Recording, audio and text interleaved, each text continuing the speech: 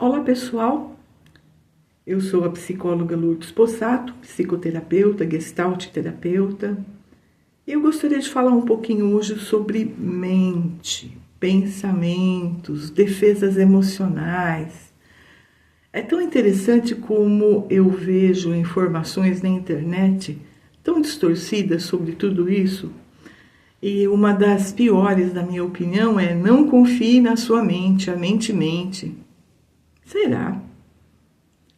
Vamos tentar definir dentro da psicologia o que é mente. Bom, eu sou psicóloga, gestalt terapeuta, tenho 10 livros escritos, sempre com o objetivo de trazer autoconhecimento e autoajuda.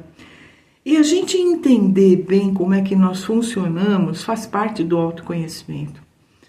Porque se você não se conhece, se você não aprende a se conectar com aquilo que você é, com a sua individualidade, vai ser complicado pra caramba você separar os conteúdos de fora, você não dar importância aos conteúdos externos. E geralmente a pessoa vai viver uma vida dentro de certas defesas emocionais, medos, torturas mentais, como se ela não tivesse nenhum poder de mudar isso. Como se ela fosse uma vítima. E, gente, não é assim. Vamos tentar entender que a mente, dentro da psicologia, é o conjunto das faculdades cognitivas e emocionais, pensamento, memória, percepção, vontade, que formam a experiência consciente e a inconsciente do indivíduo. Isso tudo é um resultado de atividades e funções do cérebro. Então, gente, vamos tentar entender que a mente é um departamento, eu vejo assim, metaforicamente falando, como se a mente fosse um armário. Pensa num armário cheio de gavetinha. Uma cômoda dessas antigas, cheia de gavetinha. Cada gavetinha tem uma função, tem algo ali guardadinho, que faz parte, é o acúmulo, como nós definimos aí, é o acúmulo das nossas experiências. Então, eu insisto muito nisso nos meus livros, que desde a infância, a nossa personalidade é formatada, a criança absorve uma série de crenças, coisas que acontecem em volta dela, a forma como lidam com ela, a forma como ela é tratada, enfim, as posturas, os comportamentos das pessoas que estão à volta dela. E aqui eu não estou falando só dos pais, tá? Inicialmente, o núcleo familiar, sim, esse núcleo é muito importante nos primeiros anos de vida e basicamente formata, sim, a personalidade da criança, tá? Mas também hoje as crianças frequentam escolinhas muito cedo e elas já vão recebendo muitas informações, muitas interferências de fora. Às vezes a criança passa, sei lá, eu já tive casos assim, da criança ficar uma semana com uma avó, uma semana com a outra avó e só via os pais no final de semana. Obviamente, essa criança absorveu muito dos comportamentos, das crenças dos avós, mais até do que da mãe e do pai. Olha que interessante, né? E isso já cria um conteúdo defensivo lá na frente. Por exemplo, uma criança educada dessa maneira, inclusive eu estou falando de exemplos que eu lidei, tá? Casos que eu lidei. O que acontece? Normalmente a criança, quando fica com um, com o outro e não tem um local fixo, uma família, digamos assim, coerente, consistente, tá? Comportamentos consistentes, pessoas que estão ali, ela começa a desenvolver uma espécie de insegurança, de ansiedade, porque ela não sabe o que vai acontecer no outro dia. Aí, onde será que eu vou agora? Ela não pensa dessa maneira, tá? Mas cria, sim, uma espécie de ansiedade, de insegurança, de instabilidade, de abandono nos primeiros anos de vida. Sim, isso vai interferir lá na frente. Então, veja, é um conteúdo aqui que vai para uma das gavetinhas do nosso armário. Então, tudo que nós vivenciamos, inclusive as coisas que nós temos da nossa natureza, as nossas habilidades, as nossas facilidades, as nossas dificuldades. Estou falando da natureza, tá? A gente já vem com o pacotinho da natureza, tá? Espiritual, eu quero dizer. E também temos o pacotinho da genética. Então pensa em todas essas coisinhas que ficam ali nas gavetinhas. E com o tempo, o nosso cérebro vai lançando mão dessas lembranças, dos conteúdos, para nos colocar na vida, para lidar com a vida. E aí vem os pensamentos, a forma de se defender, certas crenças defensivas, certos medos. Então aquele conteúdo que eu falei agora há pouco já é uma boa origem do processo de insegurança, ansiedade e abandono. Isso pode gerar um medo lá na frente? Pode. Tá? Então olha como é importante esse autoconhecimento, né? Nós sabermos quem somos, o que nós trazemos como crença, sabe, explorar essas nossas gavetinhas para a gente ter uma ideia do que a gente é. E aí vem os nossos pensamentos, e hoje todo mundo falando da bendita da ansiedade, como se livrar da ansiedade, como se fosse assim simplinho. Não acredite na sua mente, como não? A sua mente é o seu conteúdo, sabe, de tudo que você vivenciou. Agora, você é só a sua mente? Não. Aí eu gosto muito de um exercício, uma vez que eu ouvi de um mestre, que dizia o seguinte: vamos desidentificar, inclusive a desidentificação é uma das posturas teóricas da Gestalt terapia, que é quando você separa você, o seu conteúdo, de lá de fora. Por exemplo, eu tenho uma família, mas eu não sou a família, eu sou eu. Eu tenho filhos, mas eu não sou os meus filhos, eu sou eu, certo? Eu tenho uma casa, eu não sou a casa, eu tenho uma casa, mas eu sou eu. Olha que interessante. Então eu posso dizer que eu tenho um corpo, mas eu não sou o corpo. Claro que não. Como espiritualista, eu sei, nós sabemos que eu não sou um corpo, eu sou algo muito maior. Nesse momento eu estou nesse corpo. Mas eu não sou só isso, né? Senão, aquela história, a hora que você morre, já era. Não, eu não acredito nisso particularmente, tá?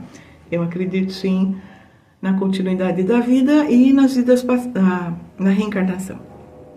Então, eu posso dizer que eu tenho um corpo, mas eu não sou o corpo. Eu tenho uma mente, mas eu não sou a mente. Eu tenho uma mente dessa vida, do conjunto de coisas que eu vivenciei, que eu aprendi a lidar, certos conceitos, certas defesas, mas eu não sou isso. Eu sou muito mais, né? Como eu falei, o dia que eu desencarnar, essa mente, de certa forma, desaparece. Eu vou juntar, ela vai ser juntada com aquele departamento maior da alma, tá? Eu tenho pensamentos, mas eu não sou os pensamentos. A nível maior de desidentificação. Mas vamos lá, os pensamentos. Por que é tão difícil lidar com os pensamentos, né? Porque a gente precisa compreender a razão deles estarem lá. Na Gestalt terapia, nós não resolvemos uma coisa baseado no porquê. Nós resolvemos qualquer coisa baseados no pra quê. Para que serve aquilo? Né? Então tem gente que fala, ai, mas eu não consigo me livrar do meu medo. Pera, você desenvolveu esse medo por uma defesa. É autopreservação. Enquanto você não entender a mensagem do medo, você não vai resolvê-lo. E N outras situações, N outras defesas emocionais, inclusive os pensamentos obsessivos, os pensamentos repetitivos, intrusivos, eles têm uma finalidade. Eles não estão lá de bobeira. Nós criamos apesar dos pesares, tá?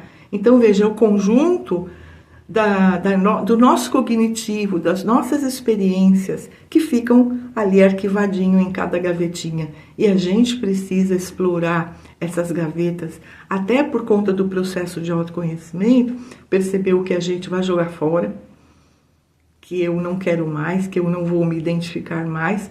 Aí, aqui vem a listinha das obrigações, das regras, sabe as regras? Da tradição, as regras sociais, os papéis. Eu gosto muito de um exercício que eu costumo receitar literalmente, que é assim: senta, na hora que você tiver com vontade e tempo, senta e faça uma listinha de todos os valores que você recebeu do seu pai, da sua mãe, da sua avó, do seu avô, daquele tio que você amava, daquele professor que você se identificava, daquele ator ou artista que você adora. Gente, vamos olhar todos os valores deles e começa a olhar com qual deles eu me identifico. Porque a hora que você para se identificar, ele é seu. Então, faz parte da sua individualidade. E você vai respeitar o que não é mais. Tipo assim, puxa, meu pai me passou tais e tais valores que hoje para mim não fazem sentido. Aí eu devolvo para o meu pai com maior amor e respeito. Porque eles, nossos pais, fizeram sim o melhor que eles podiam com os próprios conteúdos emocionais deles. Então, vamos parar de julgar ou culpar os pais, tá? Nada a ver. Mas vamos olhar com muita responsabilidade sobre o nosso contexto de vida, a nossa forma de pensar, tá? A nossa forma de vivenciar as coisas, como nós lidamos no dia a dia. Isso é o processo de autoconhecimento. Então eu vou devolver os valores porque não fazem mais sentido. E eu vou ficar com os valores que fazem sentido. Isso é muito legal a gente fazer para qualquer coisa.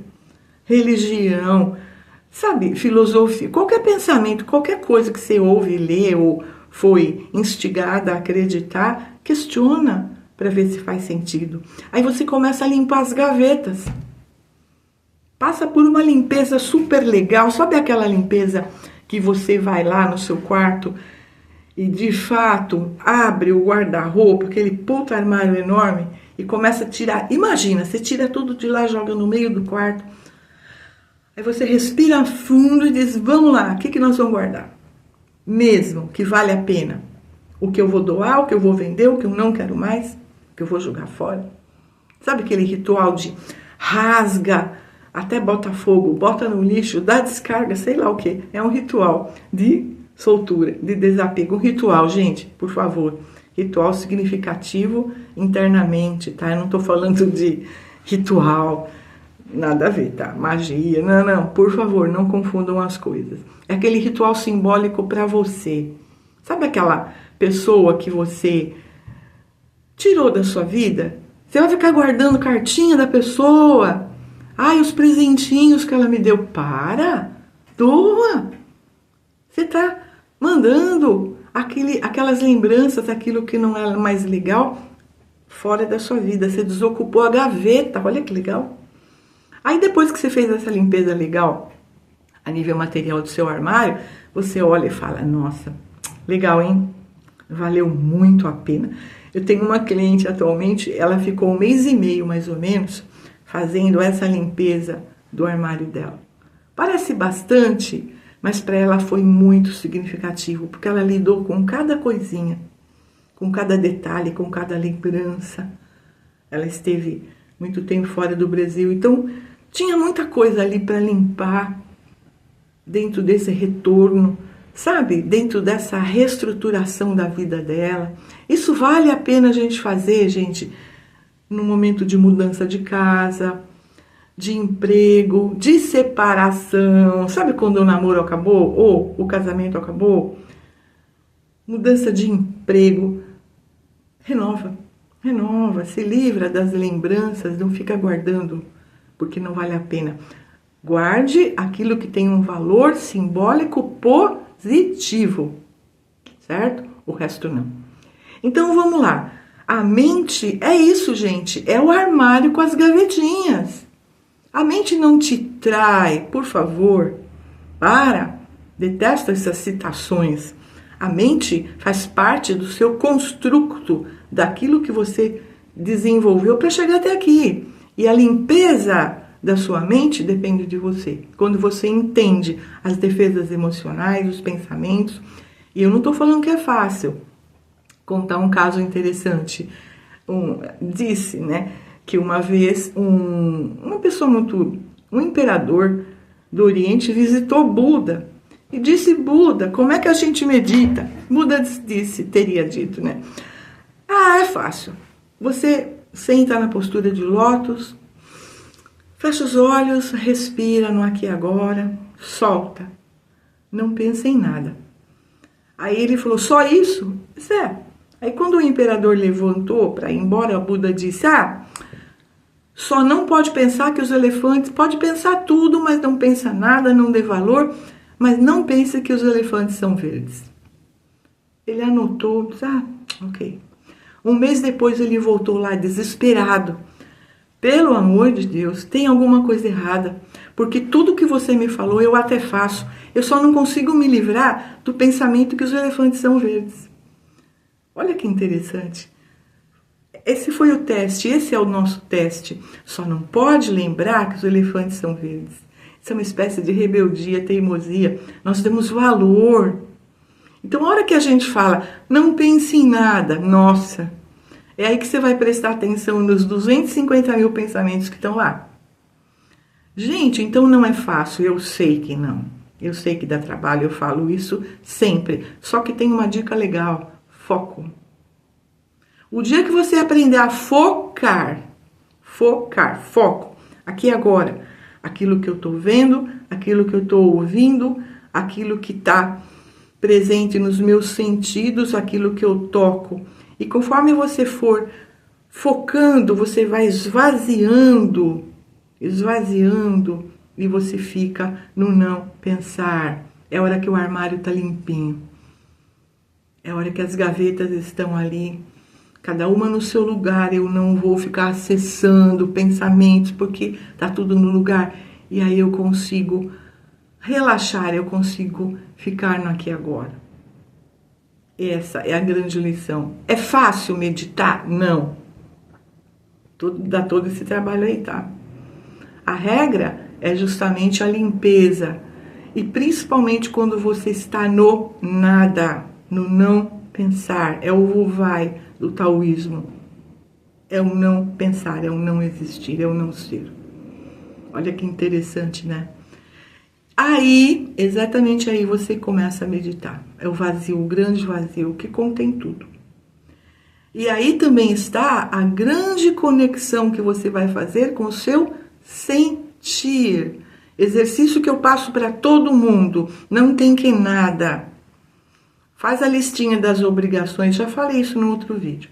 Faz a listinha dos tem que, das obrigações. E depois coloca de lado e vai trabalhar o eu prefiro. Eu não tenho que nada. Não tenho não. O que eu prefiro? Ah, legal. O que eu prefiro? Então, quando eu prefiro, aí eu vou ver como é que eu quero fazer.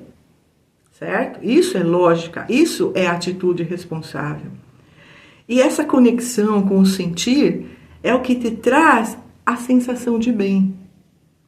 Essa é a busca do bem. E sem essa conexão com o seu sentir, enquanto seu pensamento estiver lá no tem que, no porquê, ai, mas isso, ai, mas o vitimismo, ai, porque tudo acontece comigo, como eu vou fazer? Sabe as divagações, onde você não respeita seu espaço de ação, onde você não respeita a realidade como ela é?